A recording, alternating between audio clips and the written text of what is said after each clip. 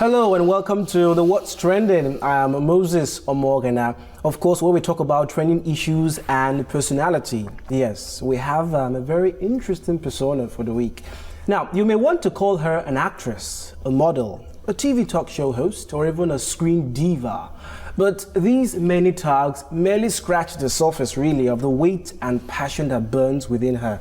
From her sultry eyes to her brilliant acting performances, or even her ability to speak all three Nigerian major dialects, Ireti Doyle did not come to this world to break melon, as my Nigerian brothers would have it. Recently, her name began to ring on social media for her hot, steamy role on 50. When I saw that movie, my jaws just couldn't stop dropping. Okay, enough for the intro, really. The masquerade of the moment is right here with me, Iretiola Doyle. Hello, Moses. How are you? Hi, thank you so much for joining us. What an intro. Thank you. Well, I found the sultry and the passionate and steamy, very interesting. But we'll get to that. We'll get to that. By the way, it took 1 billion calls and 1,000,005 days to get her to sit on this chair today. But voila, she's here. You know what they say, Muhammad, if the rock. I know, but it's the reality of the existence that we live. You just have to make time out of no time. But I'm here, so let's rock and roll. All right, first things first. Tell us about your background. What was growing up like for you? Was it tough? Was it normal? Was it flamboyant? I'm Yoruba. I'm from Ondo State. I'm from Akure. Okay. I was 2 years old when my parents migrated to the United States of America in pursuit of the golden fleece. So my early childhood was in America. Was that difficult? Well, if you consider being the only African in the entire school difficult, in as much. But there were no... Don't you mean the only black kid? No, I wasn't. I was most definitely not the only black kid. Okay. But I was the only African. But I don't recall any major distinction or any major prejudices. My parents weren't rich, they weren't poor either. They gave the best of what they had. I went to a really good school. Education was always paramount in my home. I have siblings, 2 brothers and a sister. I got into the usual scrapes and troubles and stuff and adventures. So was childhood really difficult? No, I won't say it was difficult. It was normal. It was normal? But you're not living a normal life now, innit? Well, that would depend, really. That would depend. Okay, now when we look at your life, really, there is you seem to have like the perfect life. You're like the Mary Poppins of Nollywood or Brie Van de Kamp, of our time, really. Like, there's nothing scandalous about you, really, as opposed to other, Nigeria celebs that we know. Are you naturally a saint, or you just have very good publicity? I'm not a saint. I'm human, and I do not have publicity. I try to shy away when people put me on a pedestal. I'm human. I have my vulnerabilities, just like any other person. Like I would often say, but for the grace of God, there goes Ireti, or there goes anybody for that matter. What I try to do is to live my private life privately. You're doing that pretty well. Yeah, you just separate the issues. When I'm working, I'm working. This whole, like I say to my close friend, carrying that Ireti Doyle persona every single where you go, that's a heavy load to bear. So I don't know, personally, it's something I need to drop at, given times. And where's the best place to drop that and be yourself? When you're at home and with your intimate friends. So I'm not perfect. I have my vulnerabilities. I have my flaws. I'm 150% human. My name is Mrs. Ovomime Olumidema Konjuola. And that backstabbing lady you're talking about, she took my husband. My legally married husband. Is that your husband? Yes, sir. That's my husband.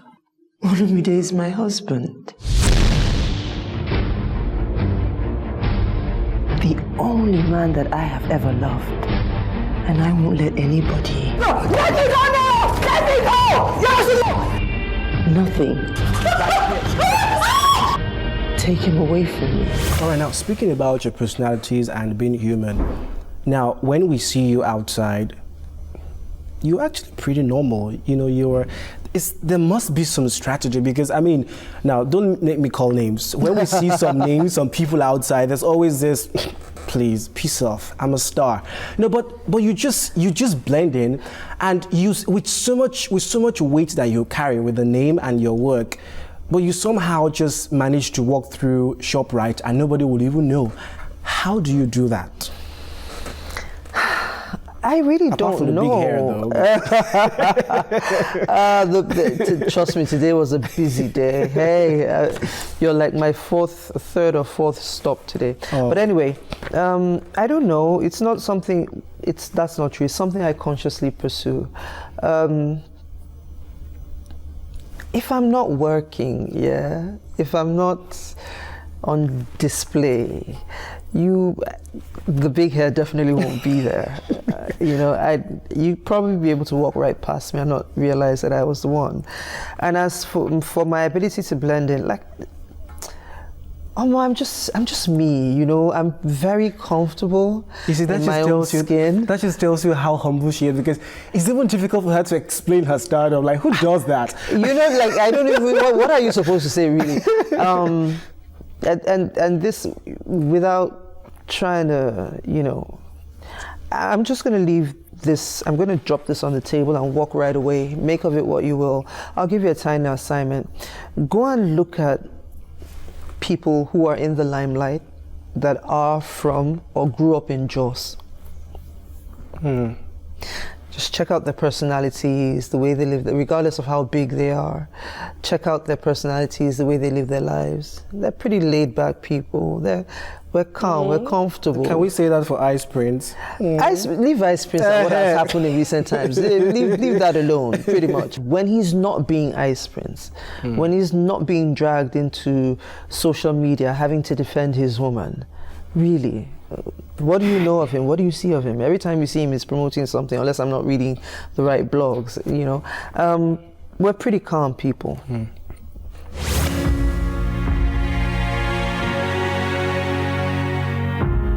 If you call me one more time, I'm going to change my number. I booked an appointment with one of Harley Street's best. I am giving these beauties some TLC. What inspires you in accepting your characters? When a director or a filmmaker, gives you a script and tells you this is what you need to play, when you look at it, what exactly do you look out for in saying a yes to that character? If it's memorable, if the character will be memorable, and you can always tell. When a script is good, you can always tell. You'll get goosebumps. You won't be able to put it down. You'll probably be done with it in an hour or two, depending on how thick it is. You always know. The older you get in this business, you have a knack for, hey, this is looking good. The character has to be memorable. It has to be one that, not all the time. You pick different roles for different reasons, but the ones that really grab me, memorable characters that will challenge my craft, make me think twice about the decisions I make in building the character, something that will make me work, make me sweat. I love to work. Okay, now let's talk about 50. Your character in 50, sultry, passionate, steamy, man and woman doing something, plenty things like that. You sound very excited, Moses. Calm down. When I saw that role, when I saw those scenes, I could actually see, steam coming out from the cinema.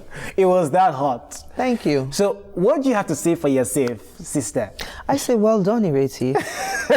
Very well done. Yeah, very well done. I mean, if you're going to do this job, do it. And for anybody who has been following the situation in the industry, the stakes are very high. There's no time to play. It's like the music industry. How many bad songs do you hear these days? You can't hit and miss. And like I often said in the early days, just when the film had been released, there's only one way to play that kind of character. It's all or nothing. any slight hesitation and she comes across as cheesy. And she's not a cheesy woman. She's a classy woman. She just likes to have fun, that's all. You know, really, I have to say this. We were actually quite shocked when we saw that you pulled that off, that character. I mean, because, to be honest, I actually saw 50 with my mom. Funny enough. Yes, at you know, in What did Kettle she Wall. think? And when she said, when she saw that part where, you know, the sexing and all that, she said, "Ewo, is that Ireti Doyle?"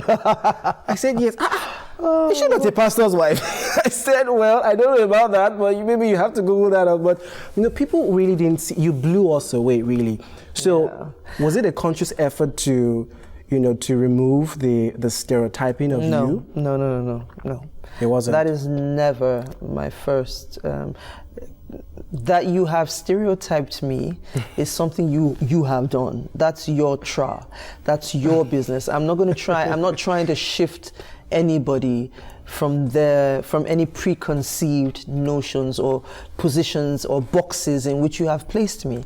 I do not fit into anybody's box. So if what I do, for as long as I'm blessed and privileged to do this career, is to knock you upside the head with each and every character I play, c'est la vie. That means I'm going to have longevity.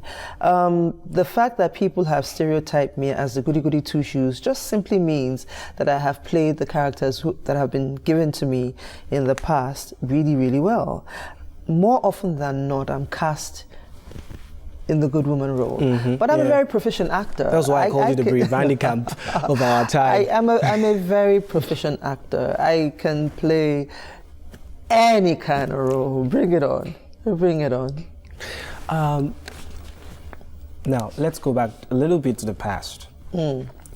You had a child at 17. No, 19. 19? Wow, okay. I guess we need to work on the accuracy of our blogs. Yes. Okay, yeah, but even at that... Same difference. I hear you. I hear what you're saying. You know, usually, what was it really like? Was it, I mean, when we hear a child having, you know, someone having a child at that age, what usually comes to mind is family peer pressure, child marriage, not necessarily child marriage at this point, you know, abuse, and all that. What was your story? That story is out there in the domain for anybody who wants to read it up. It's not a story I repeat now because I'm done with that. To answer your question more succinctly, how was it? It wasn't fun. No teenager has any business getting pregnant. You should be discovering yourself. Fortunately for me, the situation, you know, I don't want to say the situation turned itself around. All things work together for good for me. The child in question is a 29-year-old beautiful woman, very accomplished in her husband's house today. Who's she? Who's she? She's my first daughter. Very proud of her. Very well known in the business. She's in the business of hair, Kachi. So you don't look at that with regret anymore. Could things have been done differently? Yes. If I see a young teenage girl today who, in fact, before you get pregnant, my job is to let you know that there's really no need to walk down that path. If you decide, it will be really great. In fact, common sense dictates that you should abstain sexually right now. Common sense being that there's just so much that can go wrong. You know, during our time, what was the worst thing that could happen to you? You get pregnant or you catch gonorrhea or syphilis. These days, there's just too many kinds of diseases that are bound. So if you're going to have sex at all, it should be safe sex, i.e. use a condom. And if you're using a condom, you won't get pregnant. And if you don't get pregnant, you don't have to walk down that sorry path. But however, you can't have that conversation with someone who is already pregnant. Do you understand? So if you were to ask me, what would I say to any young teenage girl who just might be pregnant out there is, one, you're not damaged. You're not less than. You made a mistake. Pick yourself up. Dust yourself off. The difference between you and the average young teenage girl out there is that you had the courage to keep your baby, find your support system.